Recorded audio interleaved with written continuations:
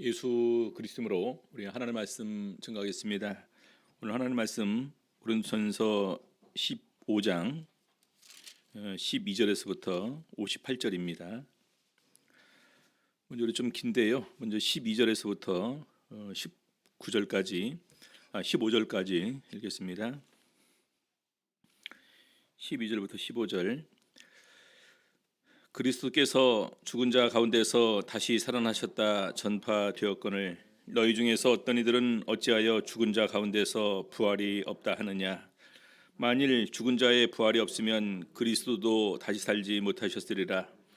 그리스도께서 만일 다시 살지 못하셨으면 우리의 전파하는 것도 헛것이요 또 너희 믿음도 헛것이며 또 우리가 하나님의 거짓 증인으로 발견되리니 우리가 하나님이 그리스도를 다시 살리셨다고 증거하였습니다.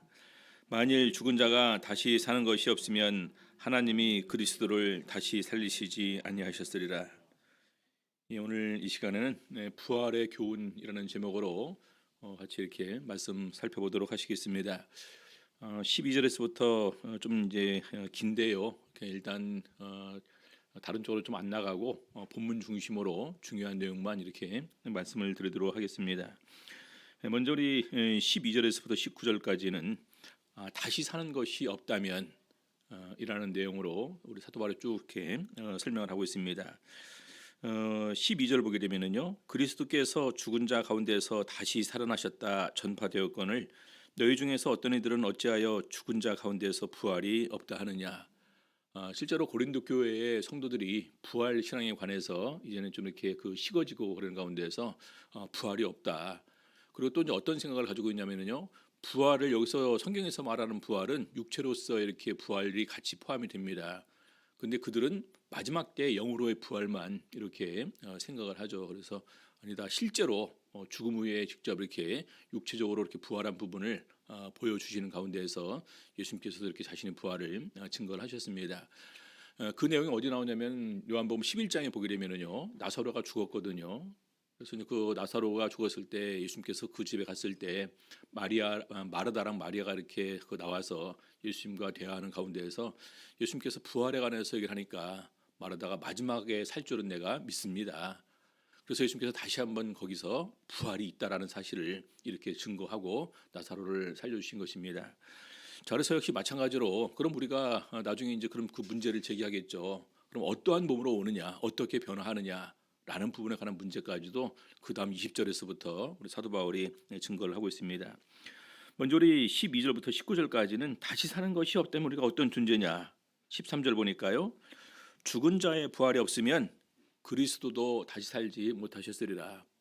부활이 없다면은 예수님께서도 다시 살지 못했을 것이다.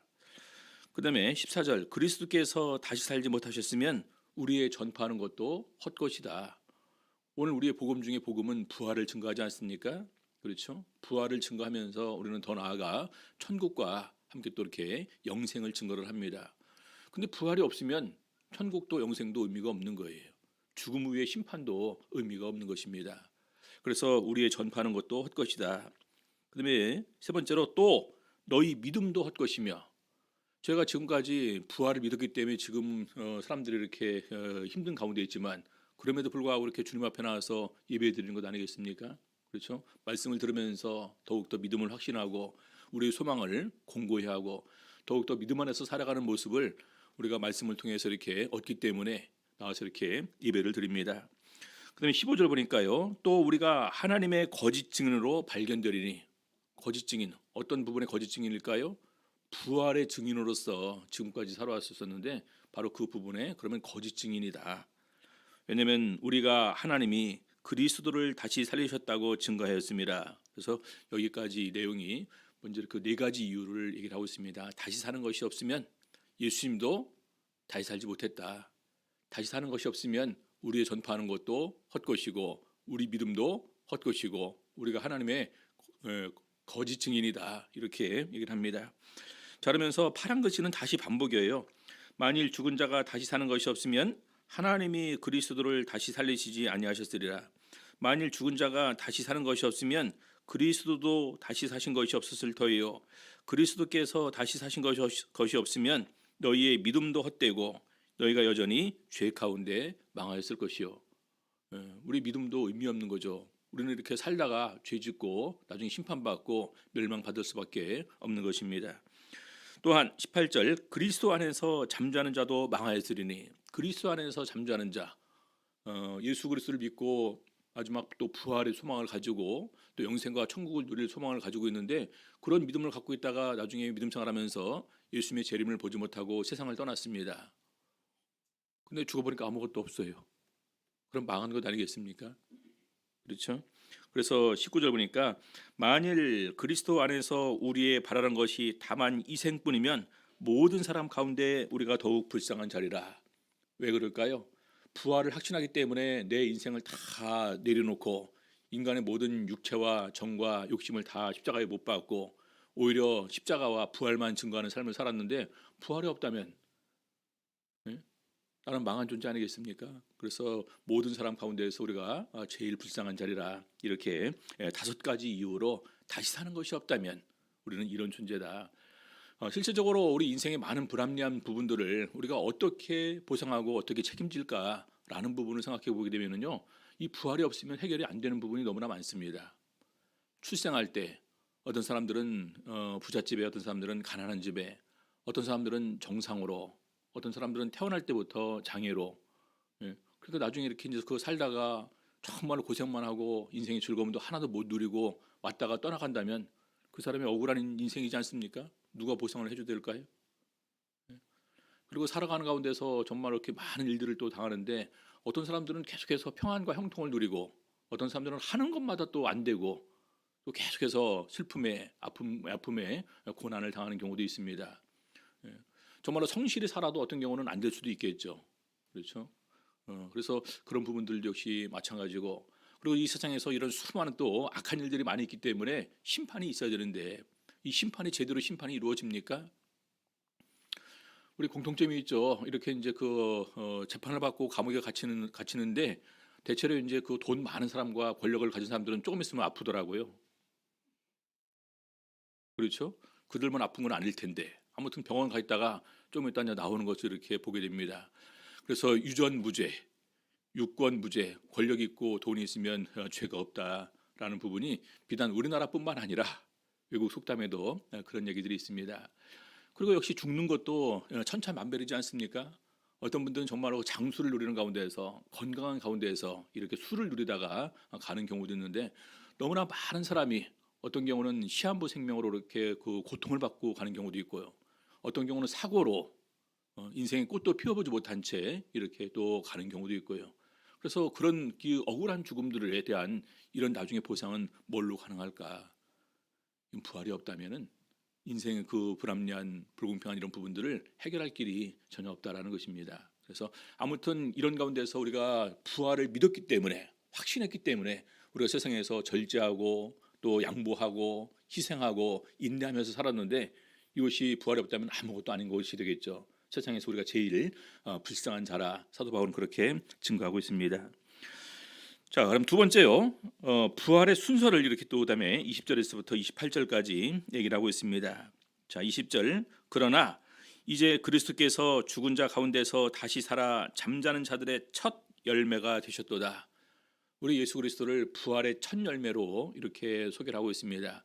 첫 열매가 있다는 것은 무슨 의미가 있습니까? 그 다음 계속해서 열매가 있다라는 얘기겠죠. 그래서 예수님께서 제일 첫 번째 우리 사람으로 오셔서 부활의 첫 열매로서 우리 부활을 우리에게 증거하시고, 더 나아가 우리에게도 부활의 소망을 주신 것을 얘기를 하고 있습니다. 그러면서 영적인 어떤 그런 그 비밀을 우리 사도 바울이 증거를 하고 있는데요. 21절 22절을 보게 되면 사망이 사람으로 말미암았으니 죽은 자의 부활도 사람으로 말미암는도다. 다 아시는 부분이죠. 아담과 하와가 죄를 범하고 난 다음에 하나님께서 아담에게 이렇게 징계를 하셨습니다. 너는 수고해야지만 열매를 얻을 것이고 마지막 최후로는 흙이니까 흙으로 돌아갈지라. 그것이 정해진 것입니다. 원래 이제 선악을 알게 하는 나무의 실과를 따먹으면 정령 죽으리라 했는데, 그들이 육체적으로는 죽지 않았어요. 근데 영적으로는 이미 하나님과의 단절이 시작이 되었고, 또 하나는 이제는 그들이 흙으로 돌아갈 수밖에 없는 그런 존재가 되었다라는 것입니다. 다시 말해서 사망이 그들에게 임했음을 이렇게 증거를 합니다. 자, 그래서 이 사망이 사람으로 말미암았으니 죽은 자의 부활도 사람으로 말미암는도다. 아담 안에서 죽은 것 같이 이제는 그리스도 안에서 삶을 얻을 것을 이어서 설명을 합니다. 그래서 아담 안에서 모든 사람이 죽은 것 같이 그리스도 안에서 모든 사람이 삶을 얻으리라. 그렇죠? 한때 이제 우리가 좀 원망도 했었죠. 왜 아담은 따먹기를 했으니까 무슨 맛일까요? 선악 알게 하는 나무의 실과는 아마 굉장히 맛있었을 것 같아요. 먹음직도 하고 보함직도 하고 지혜롭게 할 만큼 탐스럽기도 했다. 그렇죠? 예.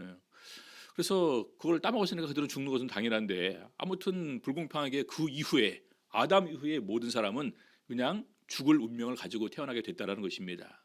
죽을 운명. 근데 하나님께서는 바로 이런 계획을 세우신 거예요. 예수 그리스도 안에서 이제는 모든 사람이 삶을 얻으리라. 이 계획을 예수 그리스도를 통해서 세우신 것입니다.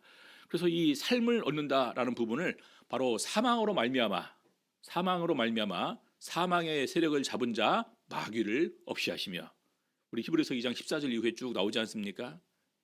왜 예수님께서 굳이 육체를 가지고 이 세상에 오셔서 죽으셔야만 했는가? 그 이유를 거기서 이렇게 설명하고 있습니다. 그래서 아담 안에서 모든 사람이 죽은 것 같이 이제는 예수 그리스도 안에서 모든 사람이 삶을 얻을 것이다. 자, 23절 보겠습니다. 그러나 각각 자기 차례대로 되리니 먼저는 첫 열매인 그리스도요. 그럼 부활에도 순서가 있다라는 것입니다. 제일 먼저는 첫 열매인 그리스도가 부활을 했고요. 다음에는 그리스도 강림하실 때에 그에게 붙은 자요. 그에게 붙은 자는 누굴까요? 먼저 죽은 사람들이 이제는 새로운 육체를 가지고 부활에 참여해서 예수님과 함께 오고요. 그리고 24절 보니까 그 후에는 나중이니라고 되어 있습니다. 그 후에는 나중이니. 이것은 굉장히 또 이렇게 건너뛰는 거죠. 나중이니 저가 모든 정사와 모든 권세와 능력을 멸하시고 나라를 아버지 하나님께 바칠따라. 마지막 이런 그 최후의 심판 때 다 그것이 끝나면서 최종적으로 다 부활에 참여하고 마지막 하나님께 바침을 통해서 성취가 된다라는 것입니다. 우리 데살로니가 전서 4장에서 우리 사도 바울이 좀 더 이렇게 구체적으로 이런 부분들을 설명을 합니다. 4장 14절 보시겠습니다. 데살로니가 전서 4장 14절. 우리가 예수에 죽었다가 다시 사심을 믿을진대 이와 같이 예수 안에서 자는 자들도 하나님이 저와 함께 데리고 오시리라. 예전에 어떤 청년이 이렇게 질문을 하더라고요. 이미 썩어서 다 없어졌는데, 그렇죠? 그리고 불에 탄 경우는 다 그것도 없어졌는데, 그리고 또 짐승이나 고기에 물고기에 밥이 된 경우는 다 없어졌을 텐데 어떻게 할까요? 하나님께서 거기에 맞는 육체를 준비해서 그 육체를 새롭게 주심을 통해서 그들은 새로운 육체를 가지고 이렇게 나오게 되는 것입니다. 영광의 몸과 같이 이 변화된 육체겠죠. 그 육체는. 그래서 바로 이제 그런 몸을 가지고 올 것을 말하고 있습니다. 그래서 자는 자들도 하나님이 저와 함께 데리고 오시리라. 15절 우리가 주의 말씀으로 너희에게 이것을 말하노니 주 강림하실 때까지 우리 살아남아 있는 자도 자는 자보다 결단코 앞서지 못하리라. 어느 부분에서입니까? 영광의 부활에 참여하는 부분에서 먼저 죽은 자들이 순서가 우리 앞이다라는 것입니다. 16절 주께서 호령과 천사장의 소리와 하나님의 나팔로 친히 하늘로 쫓아 강림하시리니 그리스도 안에서 죽은 자들이 먼저 일어나고, 예수 그리스도를 믿고 죽은 자들이 먼저 일어나고 그 후에 우리 살아남은 자도 저희와 함께 구름 속으로 끌어올려 공중에서 주를 영접하게 하시리니 그리하여 우리가 항상 주와 함께 있으리라. 그래서 순서는 그렇습니다. 예수님께서 먼저 오시고 먼저 죽은 자들이 부활에 참여하고 우리도 공중으로 끌어올릴 때는 우리가 순식간에 홀연히 변화가 되겠죠. 그렇죠? 그래서 변화된 이런 그 모습으로 예수 그리스도를 맞이하게 됩니다. 자, 그다음에 25절에서부터 28절까지 그런 가운데에서 저가 모든 25절 보니까요. 저가 모든 원수를 그 발 아래 둘 때까지 불갑을 왕노릇 하시리니, 예수 그리스도의 구속 계획은 언제까지 이어지냐면요. 모든 원수를 다 물리칠 때까지입니다. 그들을 멸하시고 불과 유황으로 타는 못에 던질 때까지가 예수 그리스도의 사역의 완성인데, 그때까지 예수님께서는 계속해서 왕노릇 하신다라는 거죠. 그러면서 맨 나중에 멸망받을 원수는 사망이니라. 맨 나중에 멸망받을 원수는 사망이라. 근데 이 사망의 권세는 바로 마귀가 가지고 있었었는데 예수님께서 이 권세를 다시 이렇게 빼앗아 오신 거죠. 자, 그다음에 27절 만물을 저희 발 아래 두셨다 하셨으니 만물을 아래 둔다 말씀하실 때에 만물을 저희 아래 두시니가 그 중에 들지 아니한 것이 분명하도다. 여기 보니까 만물을 저희 발 아래 두셨다. 하나님께서 만물을 예수 그리스도의 발 아래 두셨다라는 것입니다. 자, 그런데 하나님께서는 그 발 아래 포함되지 않겠죠. 그래서 만물을 저희 아래 두시니가, 만물을 저희 아래 두시는 누굽니까? 하나님이시죠. 하나님은 그 중에 들지 아니한 것이 분명하도다. 하나님께서 예수님께 이런 모든 것을 다 허락하셨는데 하나님께서도 예수님의 권세 아래 이렇게 들어가지는 않으신다. 자, 그러면서 28절 만물을 저에게 복종하게 하신 때에는 아들 자신도 그때의 만물을 자기에게 복종케 하신 이에게 복종케 되리니 이는 하나님이 만유의 주로서 만유 안에 계시려 하심이라. 그래서 결과적으로 마지막 최후는 이런 모든 것이 다 이렇게 하나님께 드려질 때 이것이 완성되게 됩니다. 자, 그래서 이제 계속해서 그 다음에 또 질문이 있습니다. 부활을 믿지 않는 사람들에게 사도 바울이 질문을 하는 거죠. 29절 보겠습니다. 만일 죽은 자들이 도무지 다시 살지 못하면, 죽은 자들이 다시 사는 것이 없다고 한다면은 죽은 자들을 위하여 침례받는 자들이 무엇을 하겠느냐? 이제 두 가지 견해가 있습니다.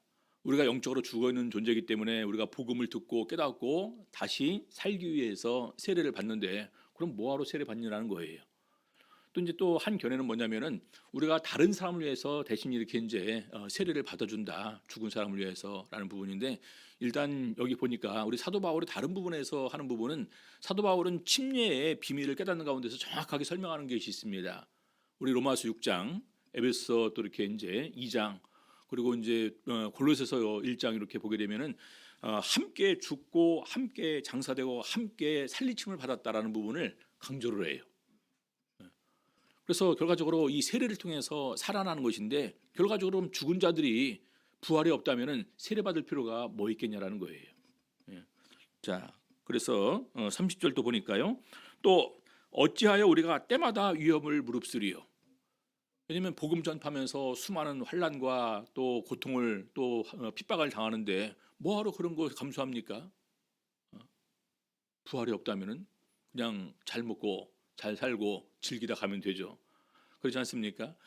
자, 우리가 어찌할 때마다 위험을 무릅쓰리요. 31절 형제들아 내가 그리스도 예수 우리 주 안에서 가진 바 너희에게 대한 나의 자랑을 두고 단언하노니 나는 날마다 죽노라. 날마다 죽노라. 왜 날마다 죽노라 그렇게 고백을 할까요? 이것은 자신이 자신을 낮추는 것을 말합니다. 그 다음 구절을 보면 이렇게 돼 있어요.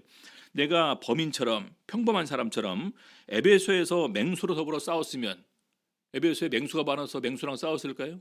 그렇지 않죠. 바울 사도를 대적하는 무리들과 대판 싸웠으면 내게 무슨 유익이 있느냐. 죽은 자가 다시 살지 못할 것이면 내일 죽을 터이니 먹고 마시자 하리라. 그래서 사도 바울은 부활을 믿었기 때문에 항상 참고 인내하고 견디고 심지어는 자기를 죽이는 이런 삶을 살았음을 고백을 하고 있습니다. 그러면서 33절 속지 말라.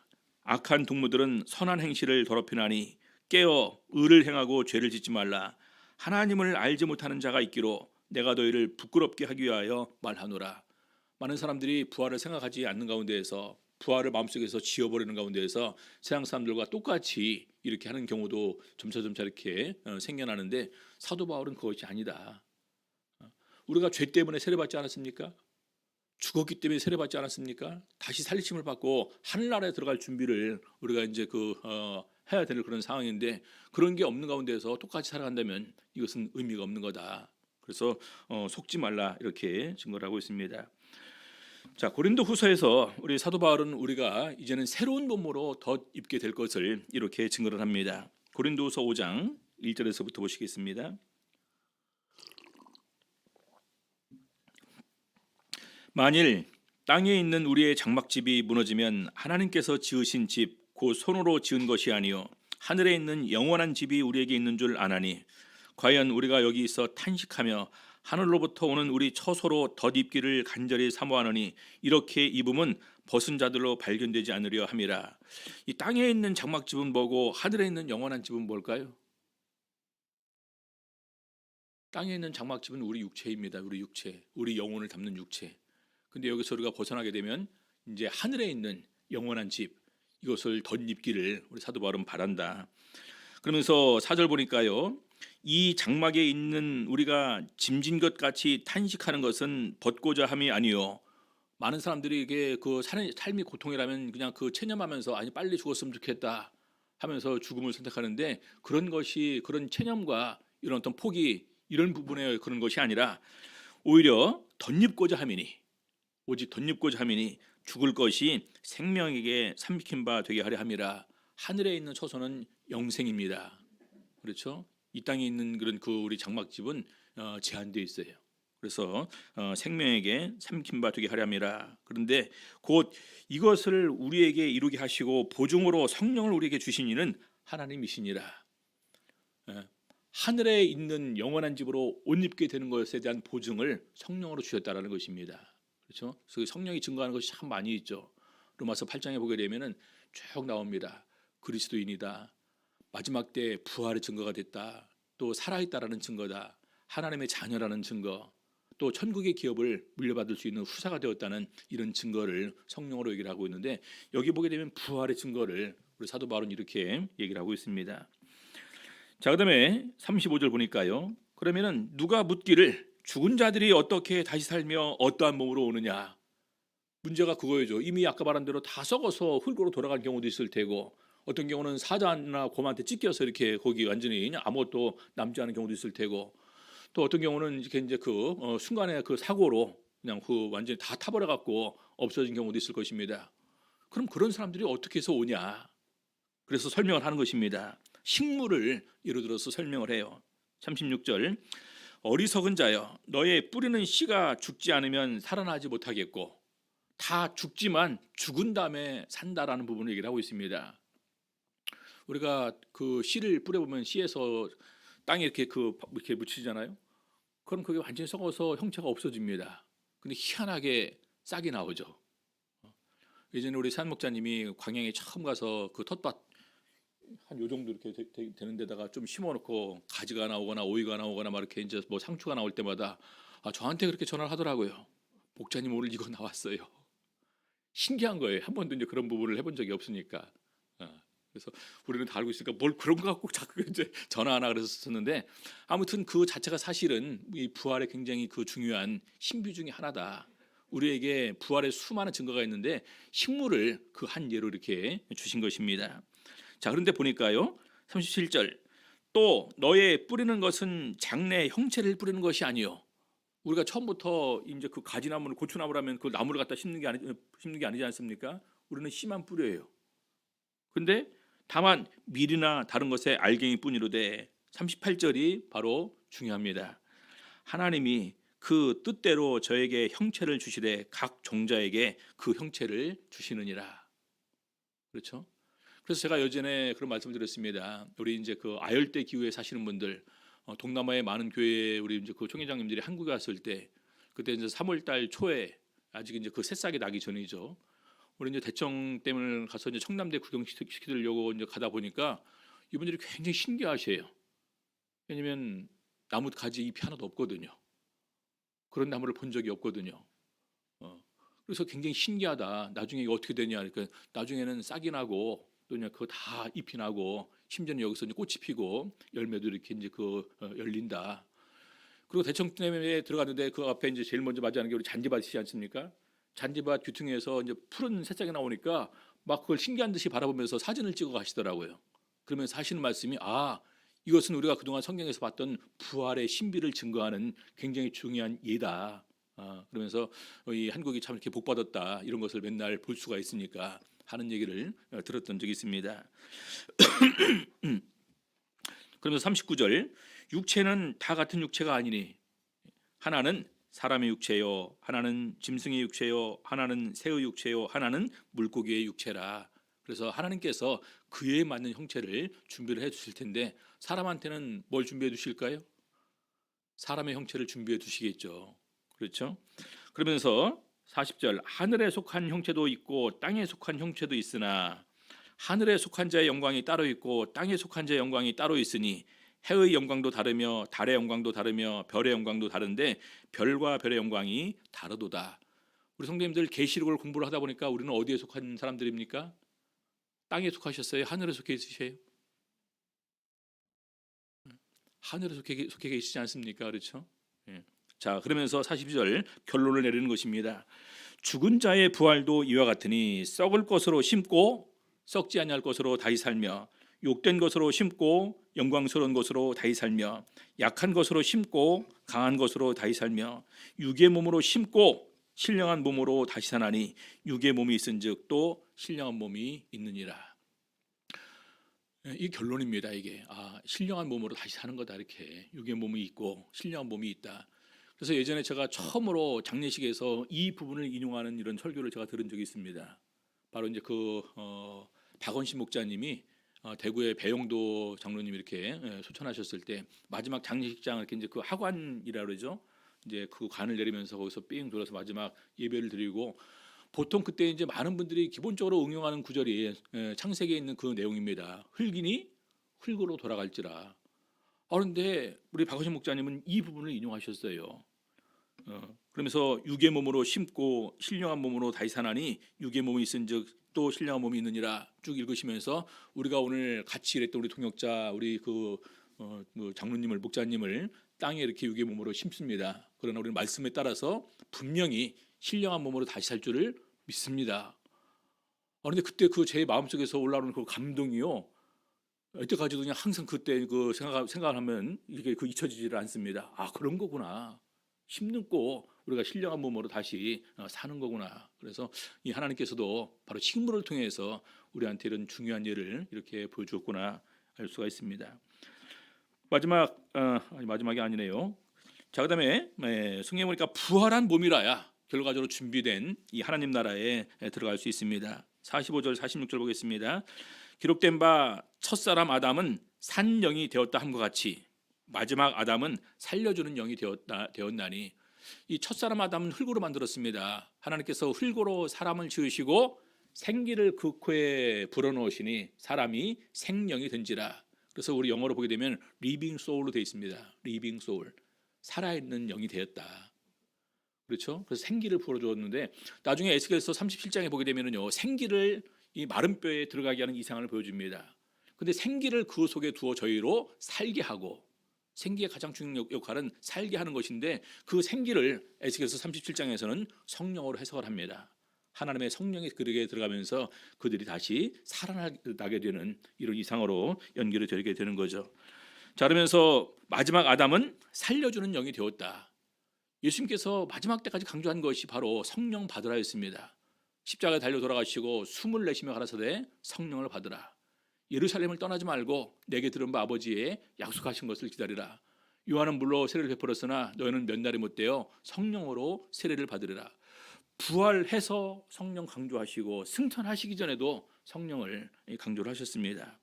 자, 그래서 바로 이 마지막 아담 예수 그리스도는 우리를 살려주시는 영이 되셨다.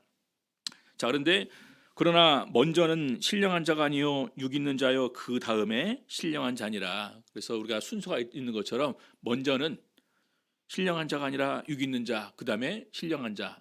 육 있는 자는 아담, 신령한 자는 예수 그리스도를 말하는 거겠죠. 첫 사람은 땅에서 났으니 흙에 속한 자이거니와 둘째 사람은 하늘에서 나셨느니라. 첫 사람은 아담이고 둘째 사람은 예수 그리스도를 말하는 거죠. 48절 무릇 흙에 속한 자는 저 흙에 속한 자들과 같고 무릇 하늘에 속한 자는 저 하늘에 속한 자들과 같으니 우리가 흙에 속한 자의 형상을 입은 것 같이 또한 하늘에 속한 자의 형상을 입으리라. 중요한 것이 바로 그것입니다. 예수 그리스도의 형상을 입을 것이라는 것입니다.